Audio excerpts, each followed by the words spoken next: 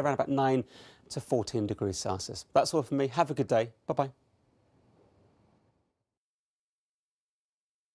Next on the BBC News Channel, it's the news at 9, and then at 10, news and current affairs with Victoria Derbyshire.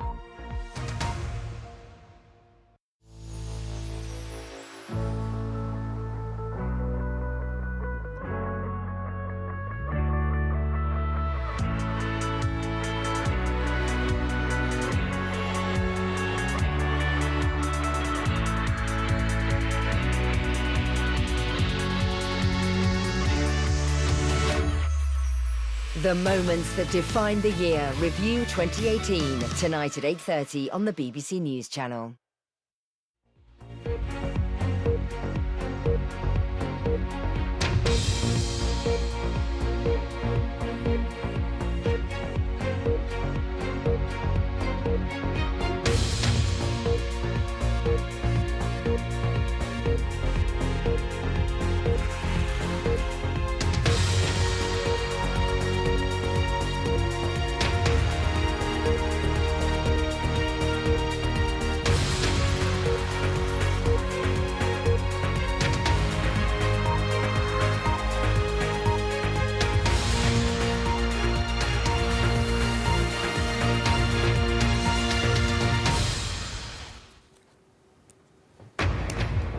You're watching BBC News at 9 with me, Joanna Gosling. The headlines: a plan for immigration after Brexit. The government says it will prioritise skills, not nationality, but there's no specific target for reducing levels.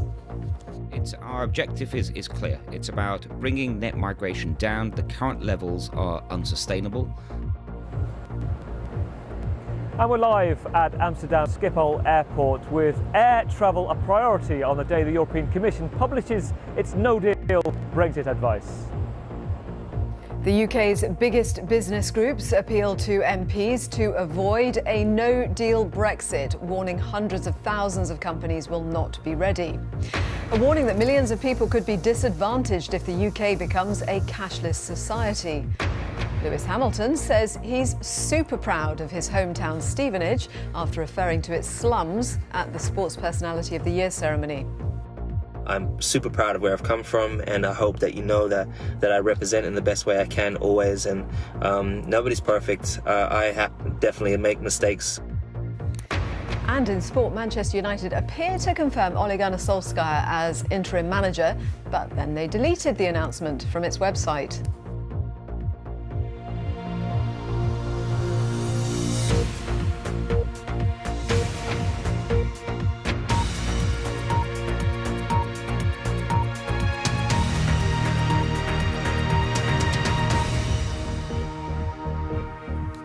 Good morning. Welcome to the BBC News at 9. Long-awaited plans for how the UK's immigration system will work after Brexit will be published by the government today. The Home Secretary Sajid Javid is proposing a new system which he says will be built around people's skills rather than whether or not they come from an EU country. There is reported to have been a dispute within the Cabinet over a recommendation that skilled workers would need to be earning at least £30,000 a year before being allowed to live in the UK. It's understood there will be further consultation before that is introduced. The new rules will mark an end to the rights of EU citizens to live and work in Britain without restrictions. The government's promising a new visa route for skilled migrants from the EU and beyond. And after Brexit, there will be no limit on how many highly skilled workers can enter the country. The plan leaves out the long-held aim to cut net immigration to less than 100,000 a year. But the government said it's still committed to that target. Well, let's go to our assistant political editor, Norman Smith. Always a sensitive, polarising subject. Norman, tell us what the plans are. Well, today we get the sort of post-Brexit immigration rules for the UK, which at its heart brings to an end freedom of movement and will ensure in future that EU nationals get no preferential treatment in terms of being able to come to the UK or get a job in the UK or access to benefits or to use public services like the health service or schools. They will be treated absolutely the same as everyone else in the rest of the world. Crucially, however, it will introduce a visa system for skilled workers only. This is pretty much designed to close the door to unskilled immigration into the UK. So there will be a skilled visa where those coming here will have to be sure that they can command a salary of around £30,000. Now that has provoked considerable unease within the cabinet and bitter opposition from business, who complain that that will deter many people or bar many people from being able to come and work in the UK, and that'll have an impact on recruitment, have an impact on expanding businesses, and therefore have an impact on the economy. So there is a row about that, and as a compromise position, it seems the government has agreed to fudge it a bit, to say, OK, we want the 30,000 threshold, but we're going to consult a bit more. We're going to keep it under review. Another row looms over this target, which the government has had really since David Cameron introduced it way back in 2010, of getting net migration down to the tens of thousands. Now, Downing Street this morning are saying target hasn't been dropped. It's in the white paper. The government remained committed to it. Listen to the Home Secretary, Sajid Javid, this morning, though, when he was interviewed on the Today programme, dancing all around the figure, refusing to commit to the specific target of tens of thousands. Our objective is clear. It's about bringing net migration down. The current levels are unsustainable. Right. And you said that very clearly, but I'm just trying to be absolutely clear. Has the tens of thousands figure been abandoned? Target. We remain committed to our manifesto, and we will, that in the white so you're paper keeping today. It? Well, we remain committed to our objective of bringing net migration down. You're just not going to use those words, tens of thousands, are you? I mean, it is in your manifesto. I've just read you the precise words of the manifesto. It is our objective to reduce immigration to the tens of thousands rather than hundreds of thousands. I'm merely inviting you, since you say you're sticking to the manifesto, I'm inviting you merely to repeat those words. I think what was clear from the manifesto is our commitment to bringing net migration down. Right. And that is what this new system will achieve. So you're not going to use that word tens of thousands, right? I've been clear. I think I've been very clear on this. All right. I think that silence from Mr. Javid just at the end of that clip probably says it all. What seems apparent is that while Mrs. May is still committed to the tens of thousands of target, many others in the cabinet are deeply sceptical that it will ever be met. Elsewhere, we'll have to see what sort of reassurances the government is going to give to those businesses in areas of the economy so heavily dependent on lower paid EU workers. I'm thinking of the construction sector, the care sector, the catering sector, who rely on being able to secure easy access to EU staff. Now, at the moment, there are no sign of any exemptions for those sectors, although government sources are saying that their needs will be taken into account to avoid labour shortages. And interestingly, Mr. Javid was saying, despite the fears of business about the impact it could have on recruitment and growth, he did not believe today's new immigration rules would damage the economy. Well, I think with the right immigration system, one that is focused on skills and therefore the economic contribution that people bring in, there's no reason to think there will be any economic damage. And the proof of that is, if you look at other countries across the world, other large developed economies that have independent immigration systems, they have no such thing as freedom of movement. Take Australia, you take Canada, you take the United States, for example. They are perfectly able to function and be prosperous economies with an independent immigration system. So I don't buy this idea that by ending freedom of movement, somehow you become less prosperous. We're perfectly capable of designing our own immigration system that meets our national interest, including our economic interests.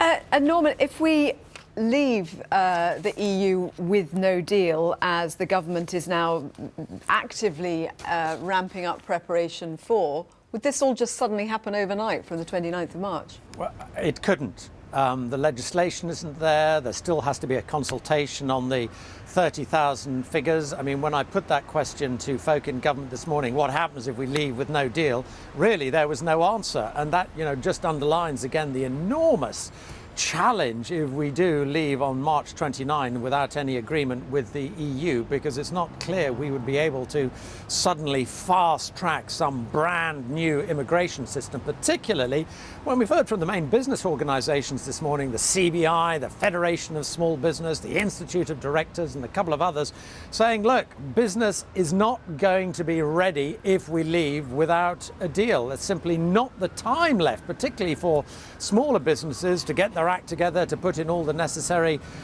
precautions by March 29th. So in that sort of time scale, obviously it just would not be possible to construct and implement a new immigration system. So that again would seem to me to be another question mark about how practical it is for the UK to leave without any deal.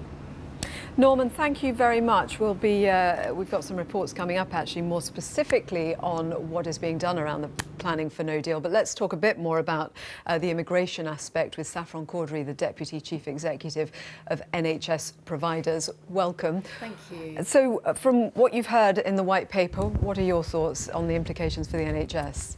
I think we are concerned still about what's happening. The immigration white paper is long overdue, and that hasn't helped the NHS with its planning. However, what we're concerned about is the fact that high skilled does not mean high paid.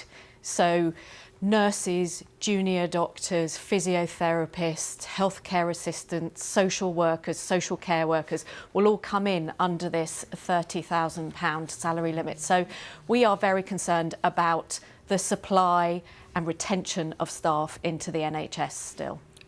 And the picture on that front is that there are 35,000 nursing vacancies currently and 10,000 doctor posts unfilled. What are those figures down to at the moment? At the moment, we are already struggling with a supply of staff into the NHS, and that includes being able to recruit freely from the EU and also to be able to recruit from the wider world. And that is because demand for our services is going up, but we can't have the staff to match that demand. So we are already in a situation where we are seeing substantial gaps across every area of our health service. How much is the issue around staff from the EU? Because obviously the government is saying, well, there needs to be more training of national workers and more recruitment from workers at home. So it's quite a substantial contribution. It may sound like a small amount, about 5 to 6% of NHS staff come from the EU. In social care, that's over 12%, but it makes up a really important proportion of our workforce.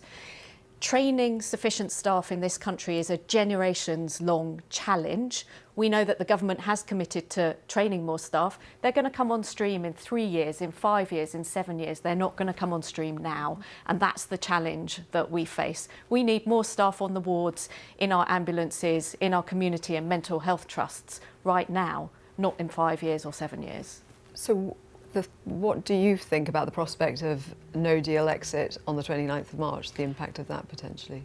That's going to be a real challenge for the NHS and all public services across the piece, not just in terms of the workforce, but in terms of the wider ramifications around things like medicines, around things like supply chain, about getting goods into the country. We're 100 days away. We know that planning has started intensively now, but that isn't very long to get the job done.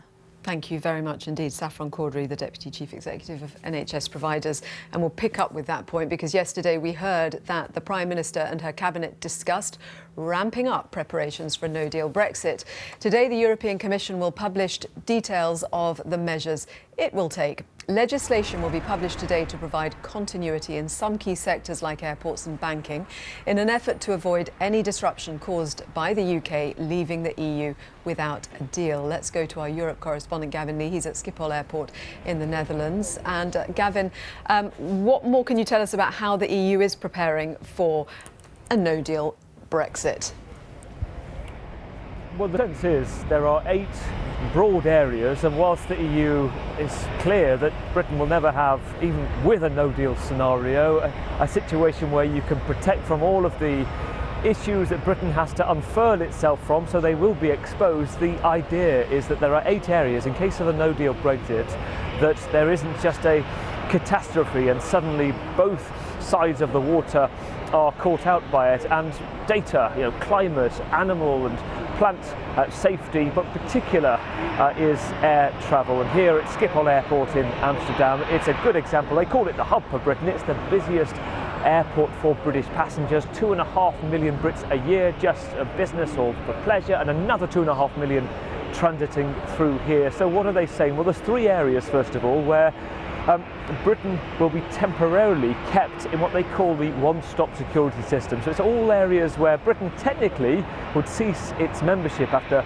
March in things like pilot's licences, safety requirements for aircraft, even flying over Europe.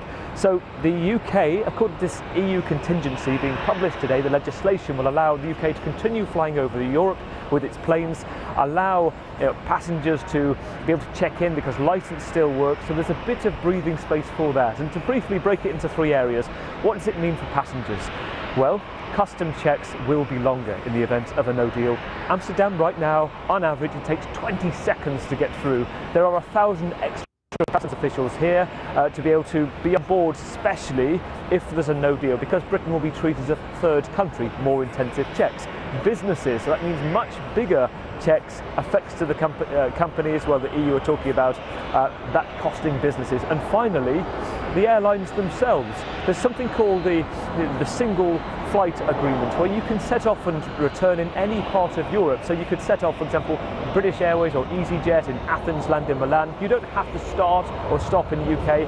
Well, that would end, and that's why EasyJet, for example, are taking their headquarters to Vienna right now, because they realise if they are a British-owned company, they will lose access to Europe. And of course, in brief, the EU are saying this is the worst case scenario. Their mantra is they are preparing for the worst, still hoping for a deal. Thank you very much. Let's talk more about what business here is saying about it, because business groups are urging politicians to prevent Britain leaving the European Union without a deal, saying with only 100 days to go until Brexit, there is not enough time for some companies to make contingency plans. Our business editor, Simon Jack, is here.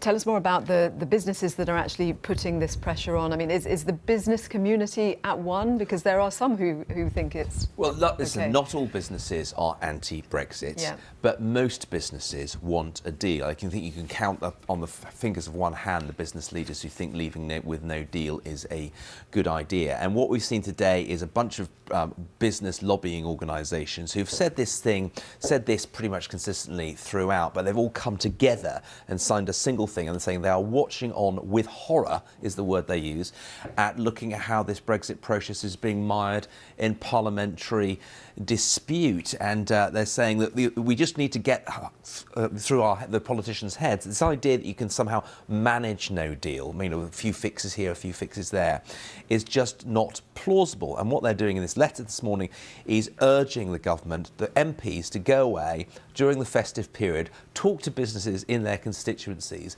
and try and make these MPs realise that the fate of the UK economy and British business success lies in their hands. And as I say, not every business is anti-Brexit, but almost all of them are anti-leaving with a no deal, and that's why they've come together today. How many businesses have actually already implemented their contingency plans and on the basis of this potentially being the outcome? I think they'd probably get into 3/3. There's the big multinationals, your GlaxoSmithKlines, your Vodafones, your HSBCs, the banks, for example. Most of those have got their preparations there. They will be ready to operate on April the 1st, come what may. Mm-hmm. You've then got another group of... sorry, just to interrupt, I mean, when ready to operate on April the 1st, come what may, does that mean they've moved operations elsewhere? Well, for example, the banks have opened subsidiaries in Dublin, RBS has got one in Amsterdam, GlaxoSmithKline has operations over there. So they've got a roadmap, if you like, about where they put their people and their businesses and their licences and get their approvals. They've done a lot of that. Now, it's not to say that it wouldn't be disruptive to them, but they've got a way through. Mm-hmm. There's another third of people who have done things like getting authorised economic operator licences so they can get across borders, but not quite sure what they're going to do about with the workforce. And then there's another third, predominantly smaller businesses, who frankly haven't done anything. Mm-hmm. And it's those people that these business groups are primarily worried about, saying, listen, with 100 days to go, there simply isn't the time for them to put these contingency measures in place. The other thing is that there simply, for those people who have made contingency measures, there simply isn't the time for them. Even if we've got a deal tomorrow, there simply isn't the time, and these contingency plans will now not be reversed. I was talking to a business down in Bristol, which has opened a factory in Romania. It's signing the paperwork this week on a new warehouse in Germany. And I said, if we got a deal tomorrow, what? How? He said, I can't undo that. These are things that a lot of money's been invested in these things. And I think that's the biggest gripe business had, is what they're doing is they're spinning their wheels, spending money, getting licenses. A lot of the management head space is being taken up with stuff which they'd rather not be doing, but having done it, these plans are not going to be mothballed now. I think there's an inexorable movement of these contingency plans, which, as I say, even if you've got a deal tomorrow, wouldn't be reversed. So how powerful is this united voice from business likely to be? Well, it's interesting. I mean, before, during, after the referendum, the business voice has warned that actually this could be bad for Britain's economy, and we saw it pretty much ignored. They've got a little bit frustrated. They have been a bit encouraged recently that they've been invited back into the tent. Theresa May has got 5 business councils. They're getting much more airtime with senior politicians. But if we can go back to your lead story, for example, the business voice is, decidedly anti this £30,000 threshold for workers to come in, and it divides the cabinet. The business secretary and the home secretary do not see eye to eye on this at all. They think it is a very blunt instrument. It's not just the NHS. There's all sorts of areas of industry which would be hit by this threshold, and so they're saying it's still under review. And I can tell you the conversations, even at cabinet level, are very intense about that. And those business lobbying groups that signed this paper today about no deal situation will tell you the same thing. They've got grave concerns about the immigration threshold. Thank you very much, Simon. Do stay up to date with us, and also online. Plenty more analysis online, bbc.co.uk/news. An update on our headlines on BBC News. A plan for immigration after Brexit. The government says it will prioritise skills, not nationality, but it's not setting a specific target.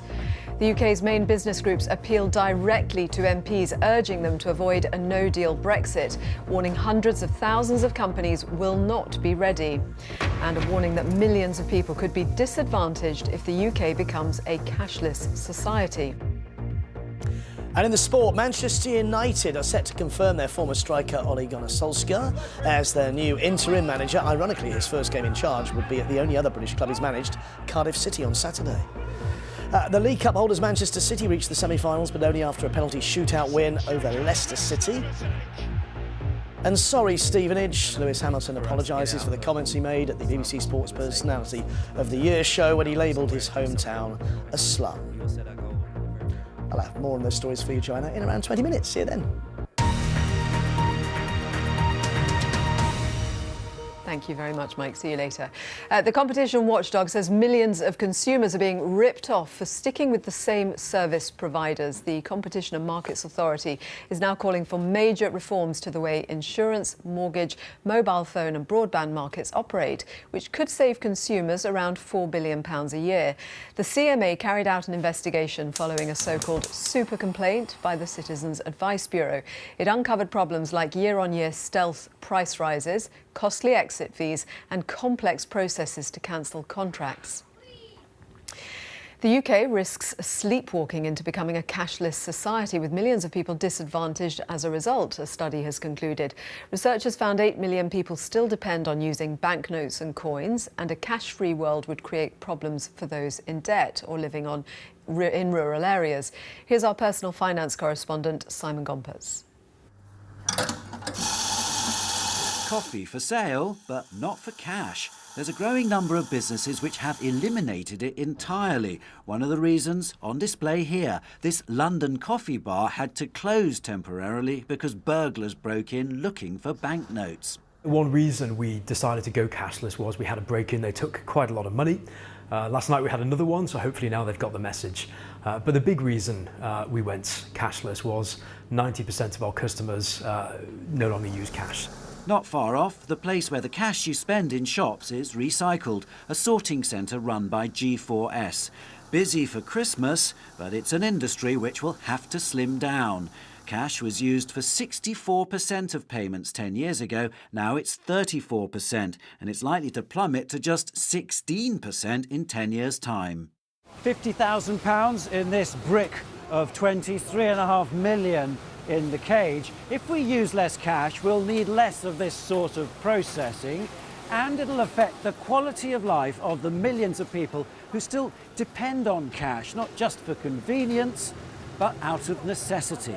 There are people who are elderly who rely on a neighbour to do their shopping for them and don't want to hand over a cashless card. But the biggest indicator of being dependent on cash is poverty.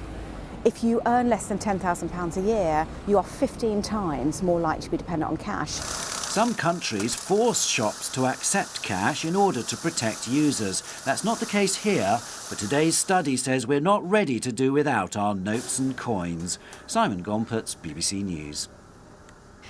Universities in in England have been warned they risk undermining their reputations by giving too many students top degrees.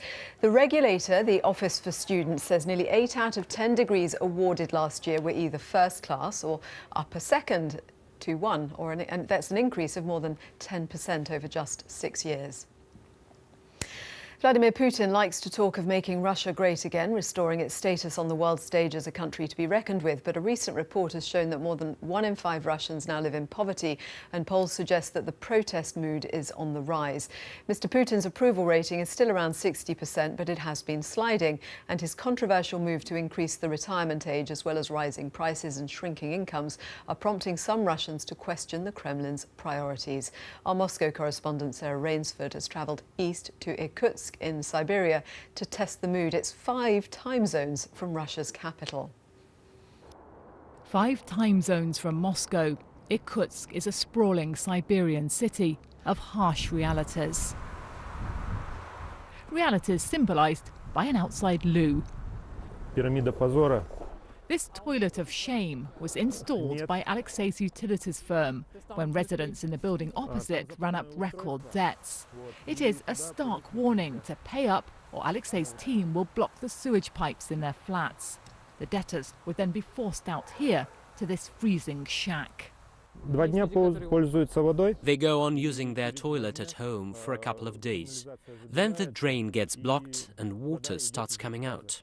So they have no choice. By the 3rd day, everyone comes to see us to sign a payment agreement. The tale of a toilet hints at new hardships in Russia, where the number of people in poverty has been climbing for 5 years. Vyacheslav doesn't earn much, so he was looking forward to his pension at 60, not to retire, but for extra cash. Now, though, the pension age has been raised. Russia's president argued the state couldn't go on funding the system, with more people now living longer. We had protests, but they led to nothing. No one paid any attention at all. People can't understand why we need pension reform. In this country, with such rich resources. But in Irkutsk, men still die, on average, 2 years before the new retirement age. At this shelter for those who've fallen on hard times, staff say almost all have a drink problem. 2 years ago, 78 people died in Irkutsk, poisoned by bootleg alcohol. Sergei tells me he lost both his legs to frostbite. It is a long story, whose details he says he'd rather not share. In central Irkutsk, life for many actually looks pretty good these days. With Western brands, new buildings, smart cars, the middle class has clearly grown, even this far from Moscow. But this was the first of several regions to elect a communist governor. Perhaps it's no surprise that communist politicians are beating pro-Putin ones in places like this. Places where concerns about prices, taxes, and of course that pension reform are on the rise. It feels like Russia's government is now squeezing the people for funds. And as a result, even President Putin's approval rating, that was once sky high, is starting to slide. Vladimir Putin's Great Russia talk chimed with a nation that felt strong again and stable. In the freezing heart of Siberia, the cracks in that message are starting to show. Sarah Rainsford, BBC News, Irkutsk. Breaking news to bring you about Santander UK plc. We are hearing that it's been fined a huge amount for failings in its probate and bereavement process. The fine is £32.8 million. It was investigated over claims that it wasn't transferring funds to customers when it should have done. The figures on that are £183 million of funds were not transferred to beneficiaries, and that affected 40,428 customers. What it meant was that the probate and bereavement process would start, but it would not be completed, which meant funds were not transferred to those who were entitled to them. The Financial Conduct Authority says that Santander also failed to disclose information relating to the issues with the probate and bereavement process to the regulator after it became aware of them. It has, since 2015, been carrying out exercises to try to transfer funds from affected accounts to beneficiaries, and it did not contest the findings of the Financial Conduct Authority. So that meant actually it's got a smaller fine than it would have done had it contested the Financial Conduct Authority's findings. If they'd have contested it, they could have had a penalty of 46 million. Just over £46 million. So they've been fined a lot of money for their failings in that aspect around the probate and bereavement process.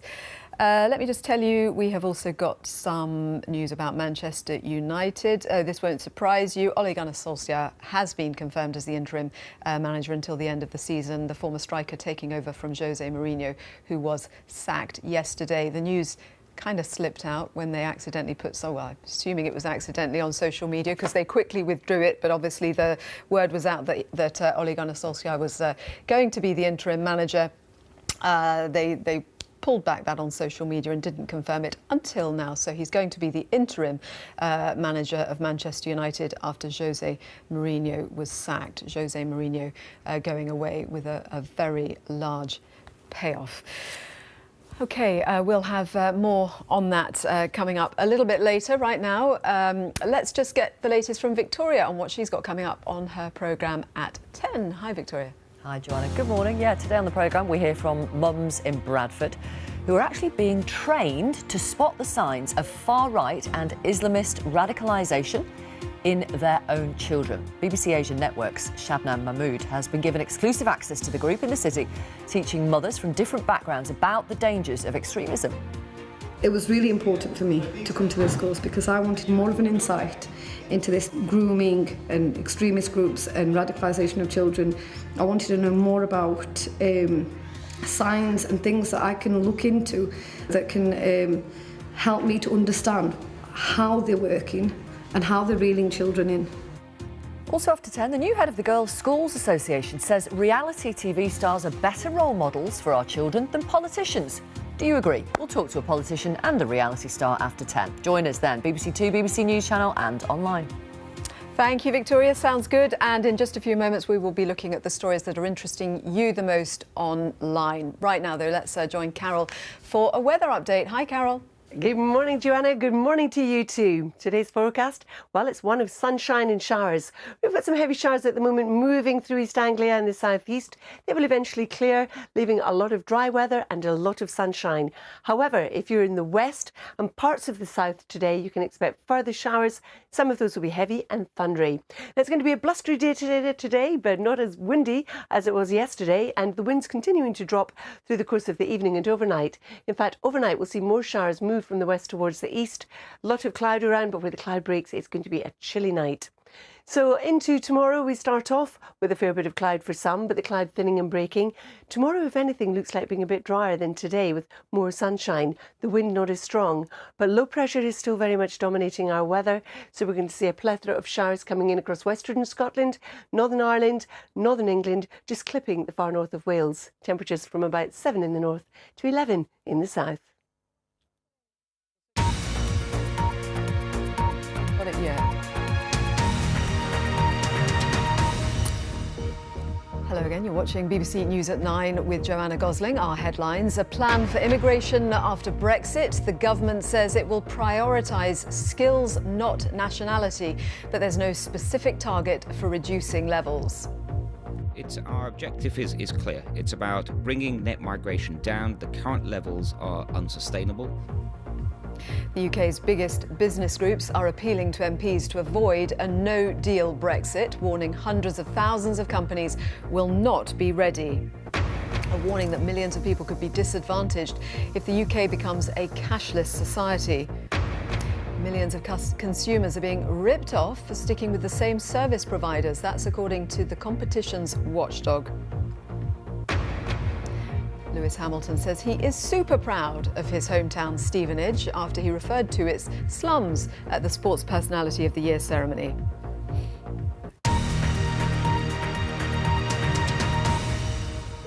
And let me just bring you the inflation figures just out. The rate of consumer price index inflation, CPI, was 2.3% in November. That was down from 2.4% in October. The figures just through from the Office for National Statistics. We'll have more on it just before 10.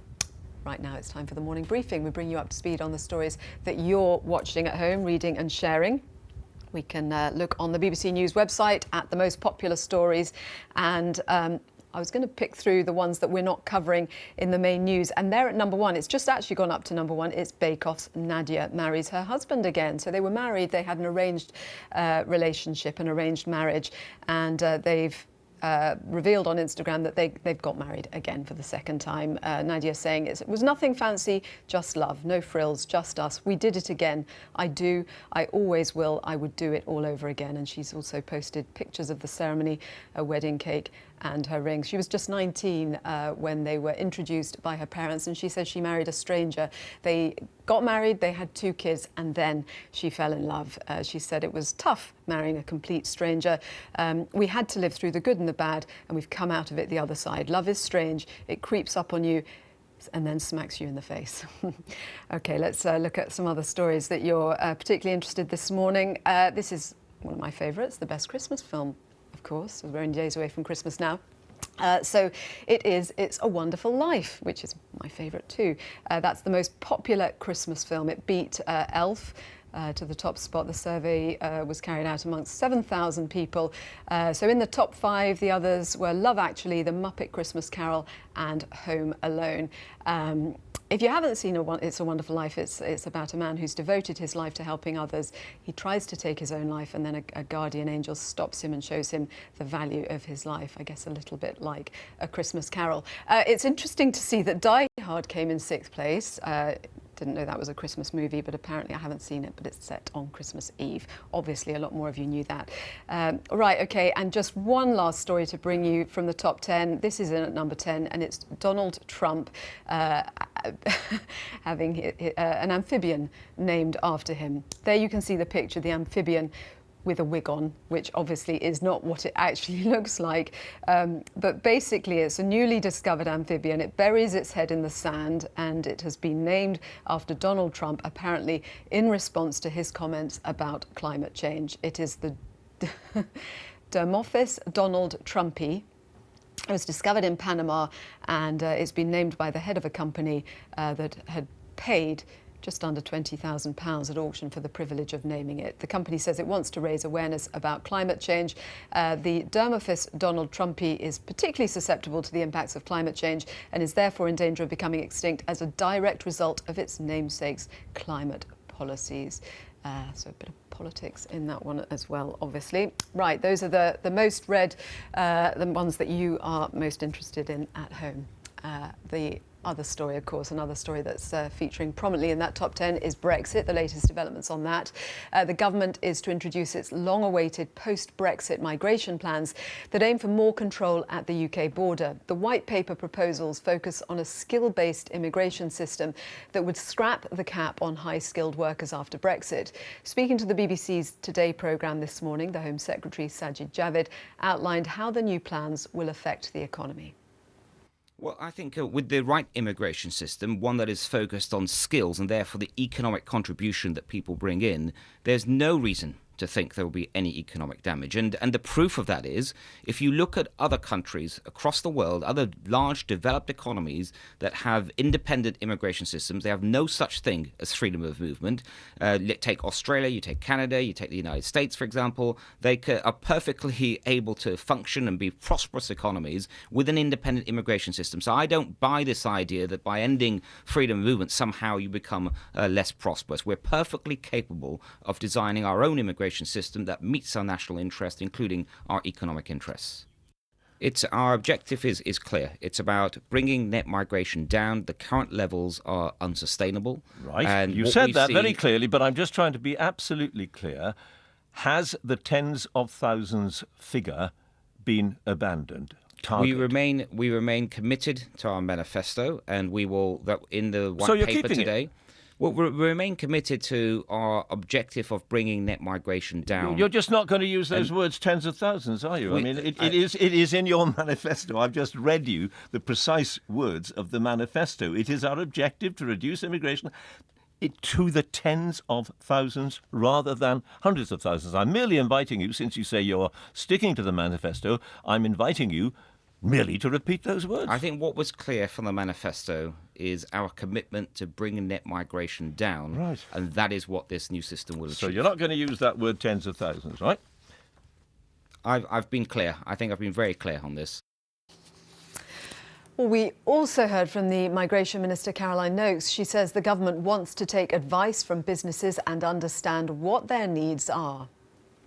This white paper is very much the start of a conversation with industry and with the regional devolved administrations and across the UK. So we want to take advice from business, understand what their needs are. And of course, those people who are on the shortage occupation list, which already exists, do already come in with a lower starting salary than £30,000. And it's right that we should be able to reflect where we have shortages in our economy and continue to attract those people with the skills that we obviously need. Lewis Hamilton has admitted that he used the wrong words when he described his hometown of Stevenage as the slums. The five-time Formula One champion made the comment on stage at Sunday's BBC Sports Personality of the Year show. It's been a really, really long journey, and it was really a dream for us all as a family to do something different, to kind of, for us, get out of the slums. We would say it was not the slums, but just come out from somewhere and do something. Well, he later posted a video to his followers on Instagram to say that he was super proud of his hometown. Please, if you are getting up in your feelings about a mistake that I made on stage, don't bother with it. Throw it to the side. It's negative energy you don't need to hold. I'm super proud of where I've come from, and I hope that you know that I represent in the best way I can always. And nobody's perfect. I definitely make mistakes quite often, and particularly when you're up in the front of a crowd, trying to find the right words to express the long journey that you've had in life. I chose the wrong words, but I didn't mean anything by it. And those of you who know me know that I always mean love. So God bless you. Have a great day. Lewis Hamilton, that's it for today's morning briefing. Now let's catch up with the sport with BBC. We're going to go to the BBC Sports Centre and join Mike Bushell. Hello, Mike. Good morning, Joanna. So within the last few moments, we have learned that Ole Gunnar Solskjaer has been confirmed as the new Manchester United boss. For now, at least. Yes, it is an interim appointment. He's taking over as caretaker manager until the end of the season and will be joined by Mike Phelan as first-team coach, who was once Sir Alex Ferguson's number 2. Solskjaer is currently boss of the Norwegian side Molde, who finished second in the season that recently ended. Their new season starts in March. All this, of course, after Jose Mourinho was shown the door at Old Trafford after 2.5 years as manager. That happened around 24 hours ago now. So it's Jose out, Ollie in. Our football reporter Simon Stone is with me. Let's start with this news about Solskjaer then, because I've just read a tweet from the BBC Sport team in Wales, who are saying this is absolutely staggering for anyone who witnessed his reign in Cardiff, which is ironically where Manchester United go on Saturday. But at Cardiff, he wasn't popular, Solskjaer. He took them down and then didn't survive long in the Championship. No, that is correct. But he is popular at Manchester United, and I think that is the key element. Within the announcement that Manchester United made today, the Executive Vice Chairman, Ed Woodward, has spoken about Solskjaer living and breathing Manchester United, and that he hopes that the club will unite under him. And I think that's the issue. They're not wanting someone to rebuild the club or reshape the club. What they're wanting someone to do is reset and bring everybody on side and get the players playing for each other, which they haven't been doing under Jose Mourinho. And I think that's why, whilst obviously Solskjaer didn't have a great time at Cardiff, that's there for all to see. I don't think he's been brought in because of his managerial record as much as the fact that he's adored. Well, yes, after scoring that goal in that Champions League final those years ago, 2 decades ago, wasn't it? Absolutely, yeah. And it's not just that. It was the way that he held himself as a Manchester United player. He had options to move to other clubs. He turned them down, even though he was a substitute, because he wanted to stay at Manchester United. And crucially, also coming in, the number 2 from Sir Alex's era, Mike Phelan, who was very popular. Some feel maybe he shouldn't have gone in the first place, been let go. Well, that's right. One of the criticisms of the David Moyes era, which obviously started the kind of descent, I suppose, of Manchester United, is that he didn't keep Ferguson's backroom staff. Phelan was a valued member of that. He's quite understated, he's quite humorous. But again, he understands the club. He's worked with some of the players, people like David De Gea, Chris Smalling, Phil Jones. He's worked with them. He understands the club, and I think he, as well as Solskjaer, will enable the club to move forward and behave more like Manchester United, because there is a feeling that not only have they not played like Manchester United, they've not acted like Manchester United, and I think these two guys will bring that back. And some will say by having this interim manager, someone like Ole Gunnar Solskjaer, it's all about their long-term ambition next summer to get the Spurs boss Mauricio Pochettino in. I'll get your thoughts on that. But first, let's hear from Pochettino, who was speaking ahead of his side's League Cup quarter-final tonight against Arsenal.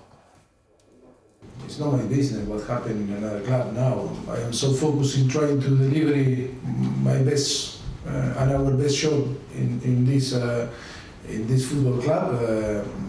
I think you and all the people understand that I am focused, and we are focused in trying to tomorrow to deliver our best shot. A lot of Spurs fans up in arms, as Simon, saying, why would you want to leave a success story at Spurs to go to Manchester United? Well, he might not want to leave. I mean, the fact is that Manchester United are one of the biggest clubs in the world. That's why you would be attracted to it. There's an ego involved there as well. I do think that at the moment Manchester United's major priority is bringing in getting a first director of football, because without a director of football, without a line of communication from the manager via a director of football to Ed Woodward, to the owners, it's all got confused, and I think whoever comes in, if there's no director of football there, is almost destined to fail. So I think that's the first priority, but I do think Pochettino will be the top name on the list. He's certainly a name on the back pages that, of course, dominated by Jose Mourinho's sacking. Let's have a look at some of the headlines. This is the Guardian's take. The end of an aura, a rather clever play of words with that arty picture of Mourinho. The Mirror says that players were high-fiving after hearing the news of the sacking. Paul Pogba leading the celebrations, apparently. And the Times does focus on the long-term successor. They say that Mauricio Pochettino wants the job. Loads more on Mourinho as well. Solskjaer and United on the BBC Sport website, including this. The 6 reasons why it all went wrong for Jose Mourinho at Manchester United. Well worth a couple of minutes at your time at the bbc.co.uk/sport. Simon, thanks very much indeed. I know we'll probably see lots more of you throughout the day on BBC News, but thanks for the moment. Simon Stone there, our football reporter. A couple of things to keep an eye out for today. 5 Live indeed has full commentary of Arsenal against Spurs in the quarter-finals of the EFL Cup from 7:45 tonight, along with updates from Chelsea against Bournemouth. Catch up on all the day's sports news. Plenty of it, I'm sure, in Sports Day at 6:30 on the BBC News channel. That is all the sport for now, though. All from the BBC Sports Centre, Joanna, at 11:15. Thank you very much, Mike. I mean, it's amazing, isn't it, to see that the path that Mourinho has gone down. He's not obviously the first to do that in sport or any other field, but it's quite extraordinary when you look at what happened at Chelsea and how it's ended here now. Yeah, which is why I think that one headline I mentioned, the end of an aura, seems quite apt. Has his day gone? Has the style of football completely changed, with the high-pressing style of the likes of Manchester City and Liverpool now? And does Jose Mourinho, if he's to get back to the top again, need to change his style? That's what a lot of the papers are sort of focusing on as well. But yeah, this season hasn't gone well, even though overall He's got the second best win percentage after Sir Alex Ferguson, and he did win those 2 cups early on, the League Cup and the UEFA Cup. This season, the worst start in the Premier League for 28 years, and also the start of football. And another reason a lot of people point to is the fact there weren't the academy players. There was no class of 92 being developed coming through under his wing as well. Those are the reasons why this wasn't actually a huge surprise yesterday morning. Thank you very much, Mike. An update on our headlines on BBC News. A plan for immigration after Brexit. The government says it will prioritise skills, not nationality, but is not setting a specific target. The UK's main business groups appealed directly to MPs, urging them to avoid a no-deal Brexit, warning hundreds of thousands of companies will not be ready. And Manchester United, as we were just hearing, have confirmed Ole Gunnar Solskjaer as caretaker manager for the rest of the season.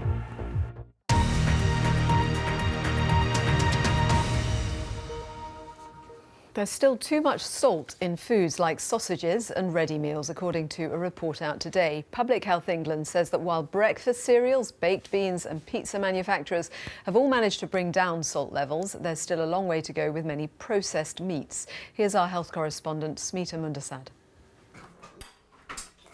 The meal on many of our minds. But perhaps something we're less likely to think about, the amount of salt involved. It's things like bacon, ham, sausages and other processed meats that are some of the worst offenders. Public Health England's report found overall meat products did not meet the average salt target set for 2017. Many ready meals fell short of the mark too, as did some meat-free burgers and sausages. But there has been progress, with levels down in many breads, pasta and breakfast cereals. And in general, supermarket-owned brands had more success in slashing salt than many big brand manufacturers. On average, we're eating too much salt. As a population, we're having about 8 grams of salt a day, and really the maximum should be no more than 6. Too much salt increases your risk of having a high blood pressure, and high blood pressure increases the risk of heart disease and stroke, which are things we all want to avoid. Lowering the amount of salt in the nation's diet is a project that's been going on for some 12 years with successive voluntary targets. Some campaigners will question whether enough is being done to make sure the levels fall fast enough. Smita Mundasad, BBC News. Now, let's go back to our main news. The long-awaited plans from the government for how the UK's immigration system will work after Brexit. They're being published later today by the government. The Home Secretary, Sajid Javid, is proposing a new system which he says will be built around people's skills rather than whether or not they come from an EU country.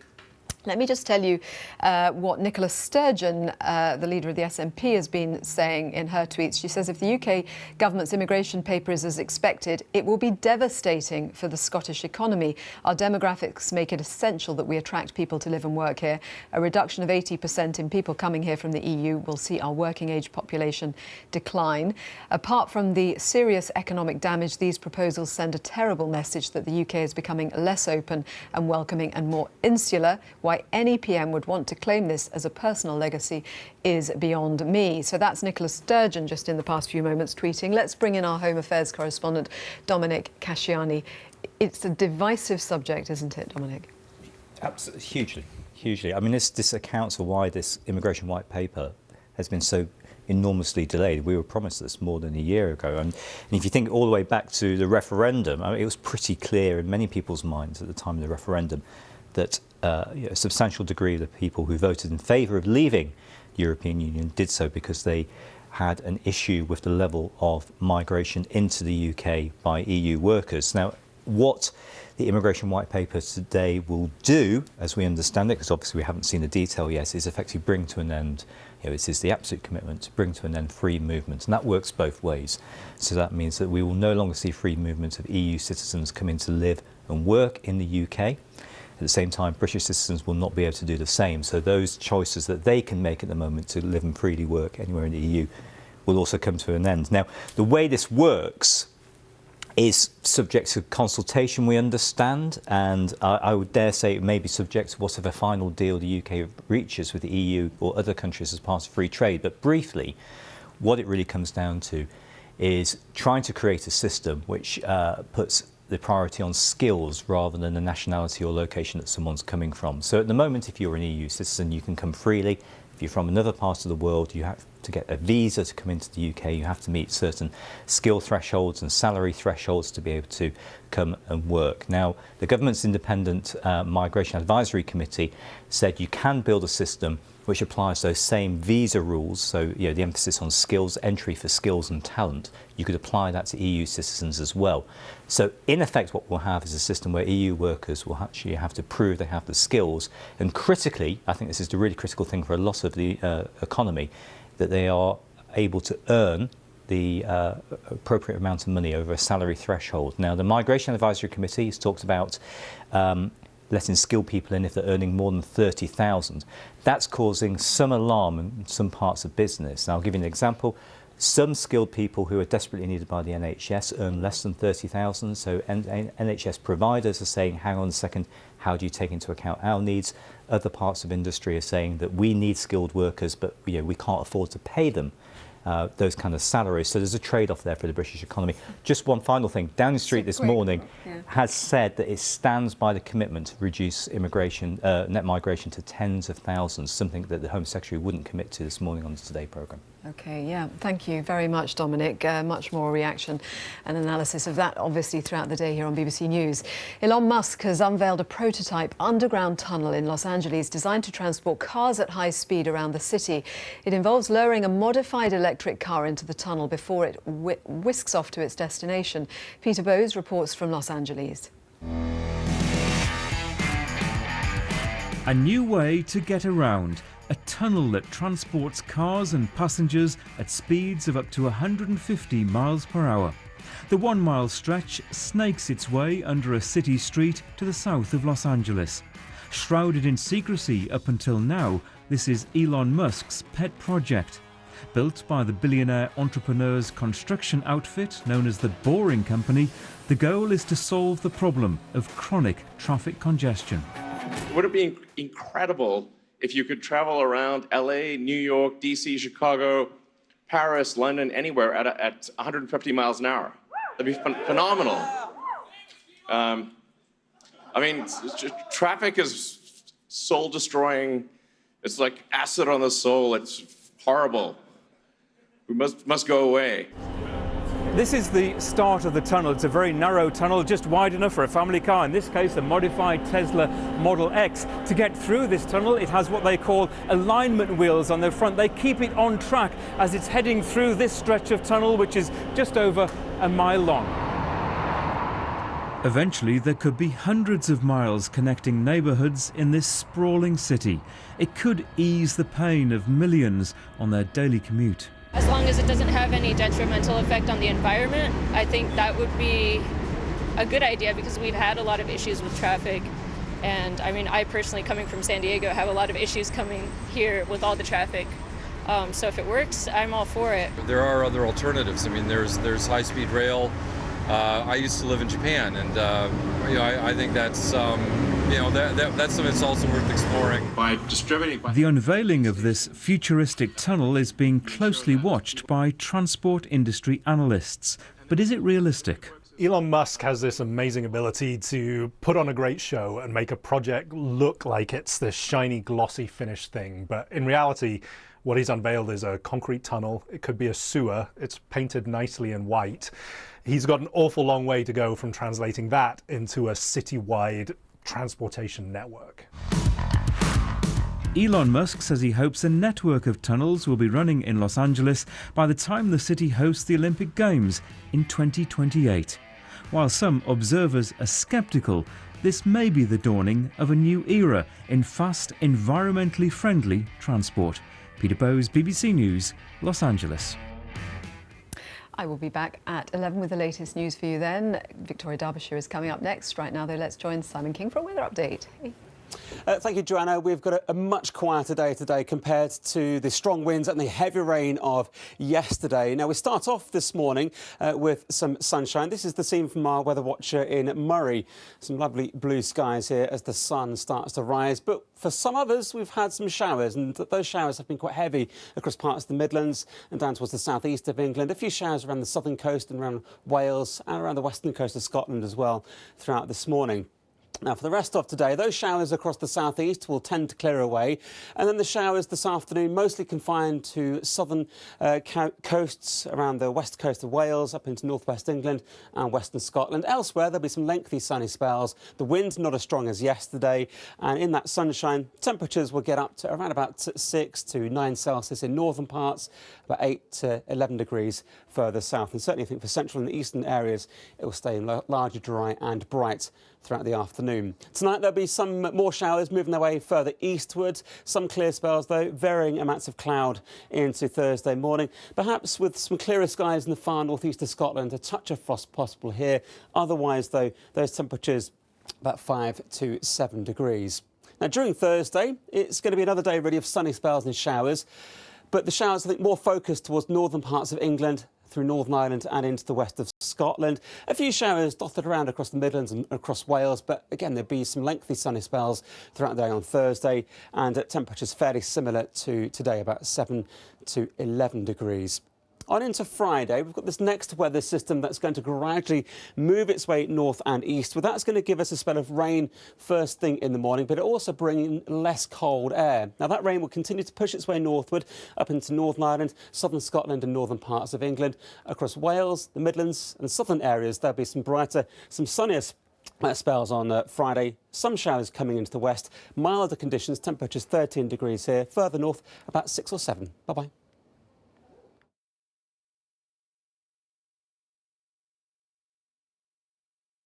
News and current affairs with Victoria Derbyshire up next on the BBC News Channel, and at 11, Newsroom Live will be bringing you all the day's top stories. In a year of spectacular royal weddings, BBC Two recreates the event that set the standard. It was the birth of a brand. Right down to the last detail. These really are like little jewellery boxes. We cordially invite you to Victoria and Albert, the Royal Wedding, Friday at 8:30 on BBC Two.